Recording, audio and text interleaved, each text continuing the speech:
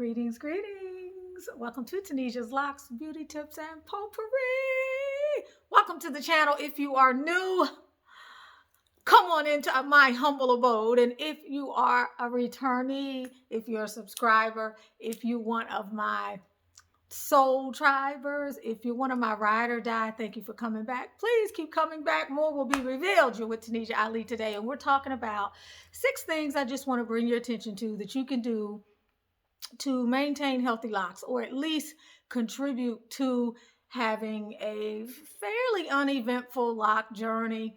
One of the things that I like to talk about on the channel are the things that we do inadvertently on our lock journey that compromise the health of our hair. We come into this journey with certain DNA characteristics, certain things that we inherit in terms of our hair, in terms of the pattern, in terms of growth and moisture, and a whole lot of other things, porosity. The journey itself, while not often talked about as being one that can create some hardship for hair, the journey is a journey where you can't just take a no frills approach in the sense of sitting back and not doing anything. The longer that you're on the journey, as far as I'm concerned, the greater care you need to take of your hair, and the more you would be at risk for some hair loss, some thinning, and some other stuff. I know that at 10 years into this journey, that's something that I am really taking very seriously. So when I talk about some of these things, there will be resultant of some of the things that I've chronicled in my journey. So the first thing that I want to tell you that contributes to healthy locks is to just not do anything with your hair, period. Not do anything. If you think about men and how they can have a head full of thick locks and never experience some of the issues that we as women do, my research has led me to believe that the main thing that they do that's different is they just don't do shit a lot of times to their hair. They're not playing in it. They're not twisting it. They're not overwashing it. In fact, sometimes they do the opposite. They're not over manipulating it. They're not over styling it. They're just not doing a lot. They have a very basic regimen and they stick to that. I think where we women err is we manipulate our hair and we do too much. Let's take this for instance. I will give you a prime example. Now, you all know I did these I did the really tight curls, and it's been about 3 weeks. These have stayed in for 3 weeks. But one of the things I will tell you that I have noticed, and my hair is a lot of different lengths because of a lot of the cotton picking and some of the other things I've done with my hair that has hurt my ends over time and caused me to, either I'm pulling a lock out or I'm doing something else. But just since I've had this style here, my hair is heavier from the curls, but from the way they intertwine and they concentrate weight in certain areas. And I loved it this time the way I did it so much because I used also Lotta Body holding lotion, and so the curls were tight and they were wonderful. And I was thinking about a week ago I was going to do them again, but over the last few days, because of how weighty it feels, I thought to myself, well, you may want to see if the benefits outweigh the risks. So the more that you're styling, the more that you're pulling on your hair. I've got my hair is being held by this little bow back here. I don't know if you can see it. I don't know what y'all can see. Okay, this. So oftentimes when I pull my hair back, I don't pull it back a lot, but this is creating stress on the piece of hair that I have it hooked up to. My point is that the less that you do with your hair, the better off you are. And when you have to pull it back or do different things, be very gentle with it.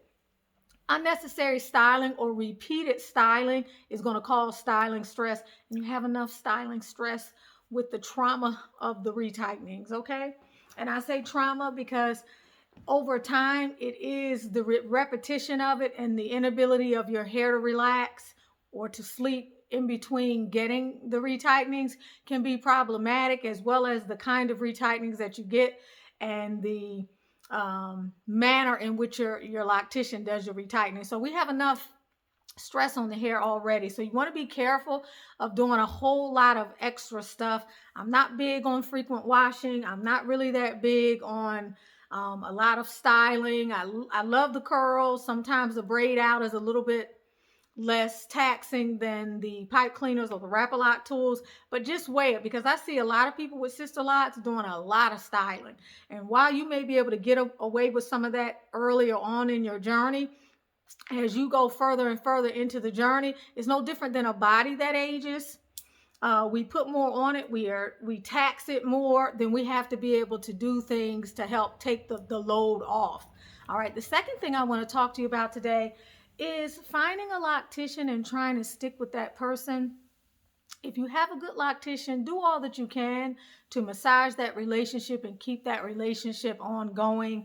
Try to avoid switching in between different loctician consultants if you don't have to. Now, this does not mean that if you have a loctician consultant and you have concerns that you need to repeatedly stay with that person, because conversely, just because you have had a loctician for a long time that you trust doesn't mean that your hair is necessarily in the best of hands. I just spoke to another lady this weekend who sent me pictures that were almost horrifying.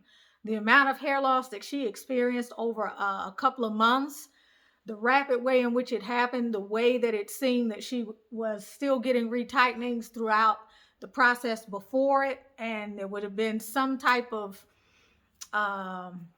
sign or some kind of indication that her scalp was not healthy, and did not need to continue to sustain retightenings, or that something needed to be done. The lack of feedback from the consultant when she lost all the hair and tried to get her to respond to it and give some feedback, but also during the time that it was coming out. I always say every coming event casts a shadow. I don't care who you are, what country you come from, what planet you're on, what dimension you reside in. Every coming event casts a shadow. Nothing just happens out of the blue, period, with a T on the end. Nothing just happens out of the blue. So this brings me to my third point, which is, in order to have a healthy head of locks, you have to monitor what's going on with your Sisterlocks. Y'all, you just got to monitor. I don't care if you have to mark a lock that's problematic by tying a knot or clipping a piece of jewelry to it or doing something else. You have to monitor what is going on with your hair. You need to take pictures at certain times if you have areas of concern. You need to kind of get an idea of what's happening, because every coming event casts a shadow. But also with the lock journey, oftentimes you don't see the result of something until after a few retightenings have actually transpired. So you got to kind of know what's going on with your hair at the root level, at the scalp level, and with the actual locks. And things that you can explain due to your own negligence is one thing. And that's not something that you want to continue to be a party to as well. But also, if you're going to catch anything that's going on with the person that you're entrusting to do your hair, you're not going to catch it, or it's not going to come to your attention by you not surveying the landscape of your locks on a regular basis. I cannot stress this enough, because oftentimes once you find a problem, you have to bring it to their attention. And if you're not satisfied during subsequent retightenings, it's going to take time for you to find somebody else. So this is a process, and oftentimes it's not something that we can just opt out of, because we like our locks, we're invested in this process. Many of us don't do our own. So finding a loctician, but also possibly having in the wings a backup, is a big deal, especially depending upon the geographic area in which you may be in. It's very, very, very, very important. So keep that as something that is super, super high on your list. The next thing that I want to talk about has to do with making an effort to try and supplement or put back into your hair what the daily stresses of hairstyling, or the daily stresses or the periodic stresses of retightenings, or the stresses of swimming, working out, losing moisture in your hair, or even washing your hair, because depending upon what you're using and how often you're washing can have a drying effect depending upon the type of water that you're using on your hair and what your source of water is. If you're using public water that's coming right out of your shower head, depending upon a lot of things, you going out into the world, the level of pollution, what your hair is exposed to. We forget that our locks are our antennas. We forget that we have to kind of treat them as tenderly as we would treat our skin. and a lot of other stuff. It's real easy to lose track of that, and it's easy to take for granted that we really don't need to be doing very much. So it's important for you to realize that you need to find a way to put moisture back into your hair. You need to find a way to condition your hair. Some of us like to put oil on our hair. If that is something that you do, then you would need to be mindful of the kinds of products that you're putting on your hair and all of that. You all have heard me talk about that a lot. You all have heard me talk about the I Am Melanin Magic brand. This is the one for specific for hair loss. This one helps with hair loss. It's an unintended consequence, but it keeps your hair healthy, it keeps it growing, and a lot of other things. And you can find those on my website, IamMelaninMagic.com. But what I'm essentially saying is find what works for you and be consistent with it, because it's not you know how we tend to live in a society where we want immediate gratification? It's not immediate gratification, even though we can find quick results and we can see sustainable progress with these products. With anything you're putting on your hair, it's the long-term cumulative effect of something that you habitually do with your hair that is beneficial. Even if that is tying it up or wrapping it up at night or putting a satin cap on. There are just certain things that are part of our hair care routine that when we do them consistently, they're very beneficial. So you want to keep that in mind. The other thing I want to talk about, I believe this is number 5, is keep in mind what your hair needed before you got your locks as a guide to what your hair will need moving forward. Just because you have Sisterlocks or traditional locks or Microlocks or whatever doesn't necessarily mean that you can just jump from what you needed before you had this style to just a laissez-faire kind of no hands on the steering wheel approach with your Sisterlock or your Microlock journey. For example, I knew I needed oil when I didn't have locks. And I wasn't the type of person that was going to the salon all the time, but I knew the condition of my hair and I knew what I needed. So when I got Sisterlocks and my loctician actually put that oil in my hair, beyond my initial shock because it was contrary to what I heard about Sisterlocks, after having a conversation with her, I also had enough sense to know that I knew what my hair needed. And that if my hair were to get too dry, it was going to be brittle, and then I was going to be dealing with something else. So I needed to supplement that. I knew what my hair needed. You already know if you have thinning hair, if you have fine hair, if you have a certain texture of hair, you already know that even though you may be told that Sisterlocks will help thicken your hair or create more volume or density, some of these things, it may create the appearance of that, because in reality, some of that is a little harder for the style itself to just modify. Some of those things are very static, depending upon who you are and your genetics. All right. So my point being, if you know that you have a problem with that, or you've had problem with thinning edges in the past, or areas of your hair where you had breakage, you're going to need to be as vigilant during the initial stages and after of paying attention to what is going on with your hair and noting some of those irregularities in the event that they reappear. You know that if you have an issue with thinning edges, then maybe you can't be getting your retightenings done at a certain frequency, or maybe you need to take over the front part of your retightenings. Sometimes thinning edges can be made worse by longer retightening schedules. Sometimes they can be made worse by more frequent retightenings. It depends on the individual situation. You have to observe your hair. And we all really have to understand that there are a ton of mitigating factors that we have to balance with this style. It is not always the loctician's fault. It is not always our fault. Sometimes it is simply the wear and tear that a repetitive kind of style can have on your hair over time. I would say in some cases that is something that we have to be mindful of. So if that is the case, then our job is to take as much stress off of the situation as we can. It's like if you have joint issues and you know you still need to exercise and you want to exercise. Well, maybe you decide instead of jogging, you're going to run, or maybe you decide, instead of jogging, you're going to walk more, or maybe you decide that instead of doing aerobics, you're going to get your aerobic exercise by being on a mini rebounder so that you can still get what you need, but you can also provide a cushion, or you can provide some extra support for your particular hair care needs or your particular body needs, your health and wellness, while still doing some of the things that you want to do.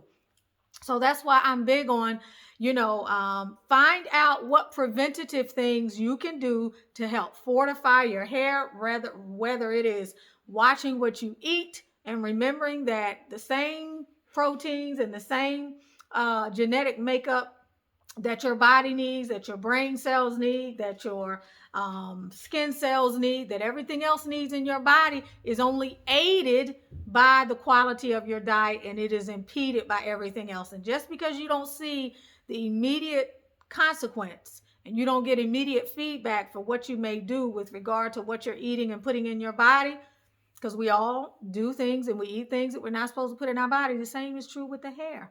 You got to be getting a lot of water. You got to be having a healthy diet. That's going to make your journey a lot better. You got to, if you don't have to be on certain medications and you can come off certain medications. This is not a diagnostic conversation. This most certainly is not me advocating for you to come off your medications. But what I'm saying is there are a lot of people that know that they could come off certain medications if they just made certain dietary changes.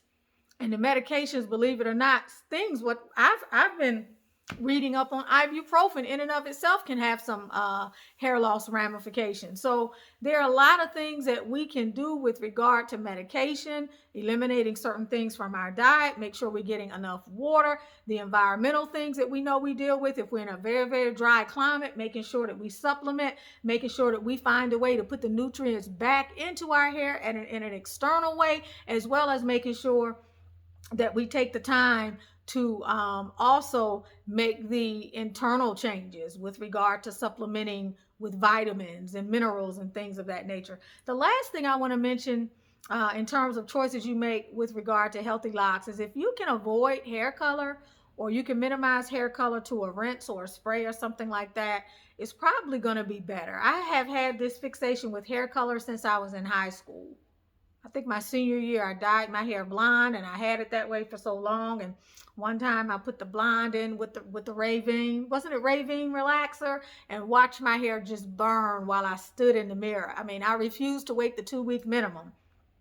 I've had a few issues over time. When I got my hair locked, I loved the color, and I always liked a reddish color or an auburn color or a mahogany color. So I put a lot of the first it was Revlon. I never got any kick with Revlon. I got more for my money with Vidal Sassoon. It's still lightening your hair a few shades though, which is what you see here. What you see on the ends of my hair is from just years of color. Okay, coloring my locks. My hair naturally is like a darker brown color. But it will toughen your hair up. It will dry your hair out, and it will make your hair a little, when I say toughen it up, it's not going to be as soft, which means it's going to make it a little more brittle. So if you're going to put the hair color in, you better be doing everything else that you need to do to keep your hair healthy, to offset whatever it is that you may be doing with the hair color. If you can avoid the hair color at all, avoid it. If you can get the hair color prior to having your locks. If you know you're someone that may want color, get the hair color prior to having your locks, and spend a little time re-energizing your health, the health of your hair prior to your actual install. I would spend quite a bit of time doing that, some months doing that, and trying to restore and recondition my hair, because you can always go back later, and by having a hair color, a permanent color on your hair, when you finally do decide to put a semi-permanent rinse on top of it, the color is going to be a lot more vibrant.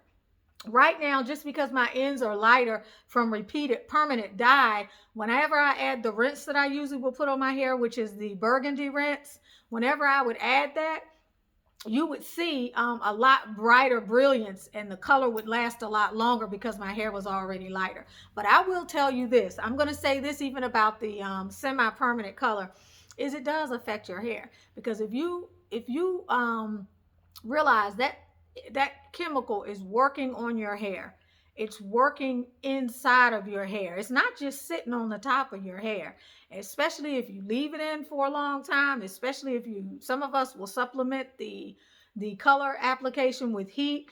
Know that it's getting in your hair. So when you start rinsing it out, it is a lot more difficult to rinse the full color and the rinse out of your hair when you have locks. I don't care what anybody says, and it's that chemical, whether it is ammonia or some other bleach or something else that's not organic to your hair, it is going to continue working on the low key, and over time you may notice some breaking, some thinning, some unraveling, and so forth and so on. I'm a testimony to that. Not a lot, because as y'all know, I've been using my product for maybe 8 years now, and that's what has helped me to rebound from some of the things that I have done with my hair over time that could have also created a lot of breaking. Y'all know I would take out locks. I have this lint OCD thing that's not as bad anymore. I was constantly picking at my locks.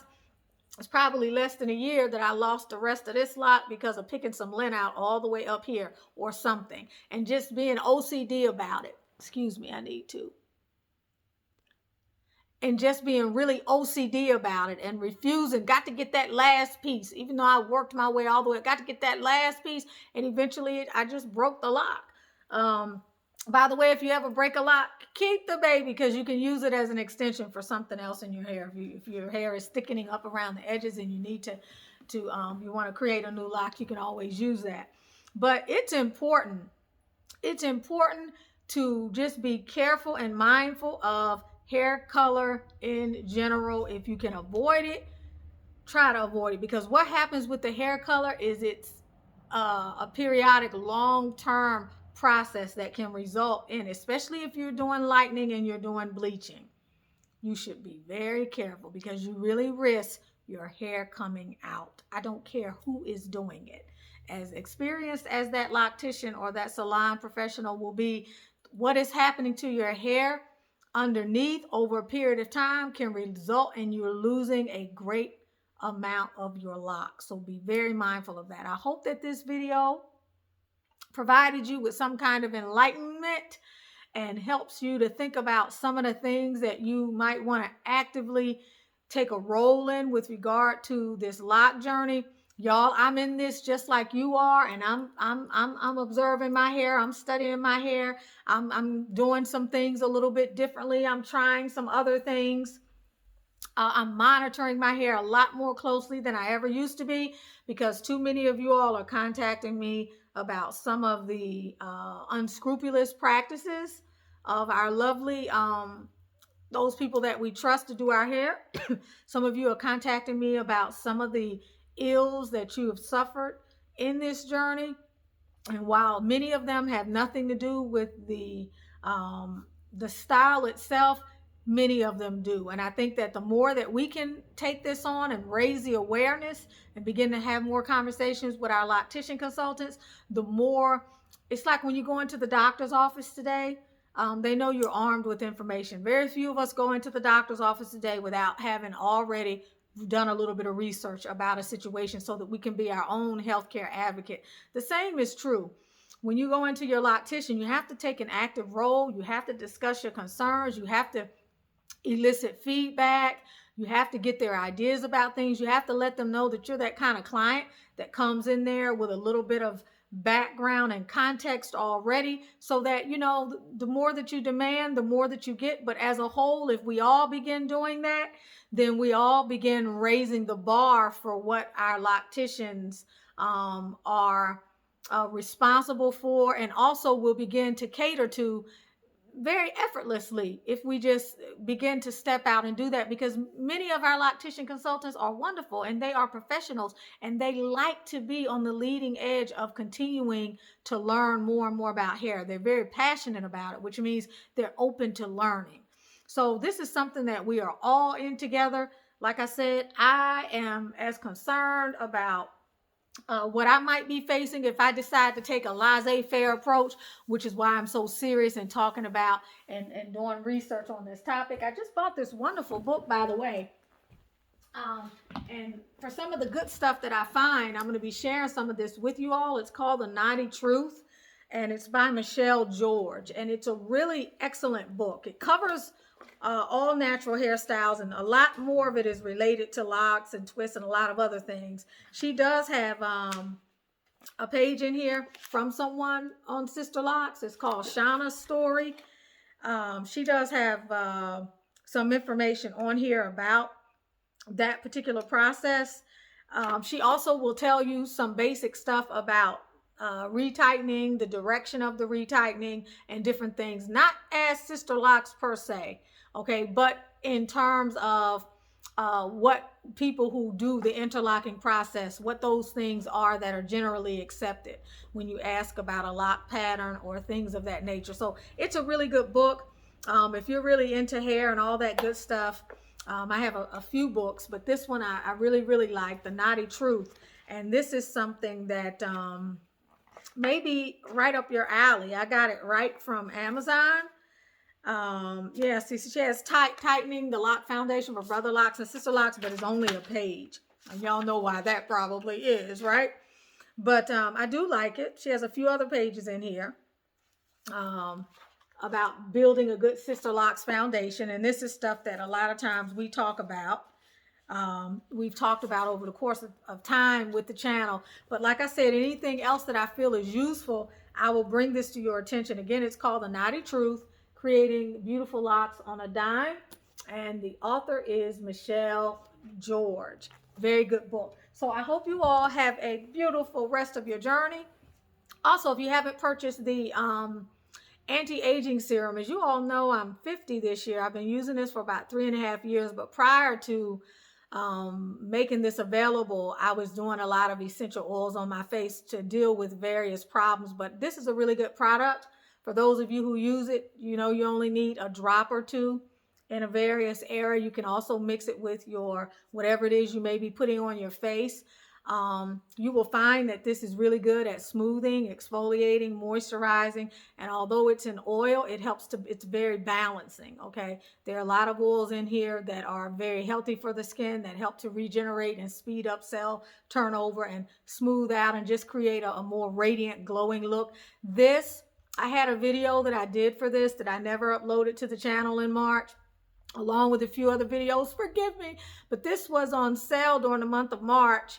And it is for the month of April as well. And where are we in April? Yeah, for this whole month, 2 for $65. This is normally $53 each. These are 2 for $65. You can see it on the page along with the regular oil like this. If you just scroll down a little bit, you'll see it. So for those of you who kind of just want to give your skin a boost, you want to feel like it's glowing, you want to feel that radiance, you want to feel that softness, and you want to, incorporate something new to your routine. If you're feeling like, how sometimes when we use the same product over and over and over, eventually our skin gets stale and we need to switch something up a bit and do something different. This may be something that you can incorporate into your skincare program that your skin will love. So I want to thank you again for being here. I want to thank you for spending the time to take a look at and listen to what I'm saying. Don't forget to give this video a thumbs up. Don't forget to share it if you want to.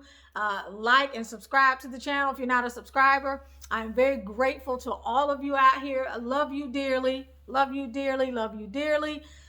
You guys have been with me in this journey with this channel. I think it's going to be 3 years in September. Yeah, I think it's going to be 3 years in September, or either 4 years. I've got to look, but you guys have been a wonderful addition to my life. The channel has been quite an asset. I thought that I would be up here just enjoying, talking about my hair and playing, and wondered how on earth I was going to do a channel on hair, because that was never my goal. Even though, as y'all know, Ronnie was constantly a cheerleader years before and kept telling me to do it, and I just couldn't see it taking shape. But I'm glad that I have, and now I feel like the area of hair care that I'm focusing on is going to bring a lot more rewards. And by the way, you all know I'm working on the next level of my aromatherapy certification. Some of you have brought up a face wash, maybe a shampoo, something I've kind of steered away from, the shampoo aspect of it anyway, because it's kind of a hassle, but a face wash and a few other things. And I just want you to know that those things are in R&D, and hopefully at some point moving forward in the future, a couple of years or so, maybe not that long, that will be something that I'll be able to add to the I Am Melanin Magic brand of skincare and hair care products. I love y'all. Thank you so much. Have a beautiful day. Keep on evolving and I'll see you next time.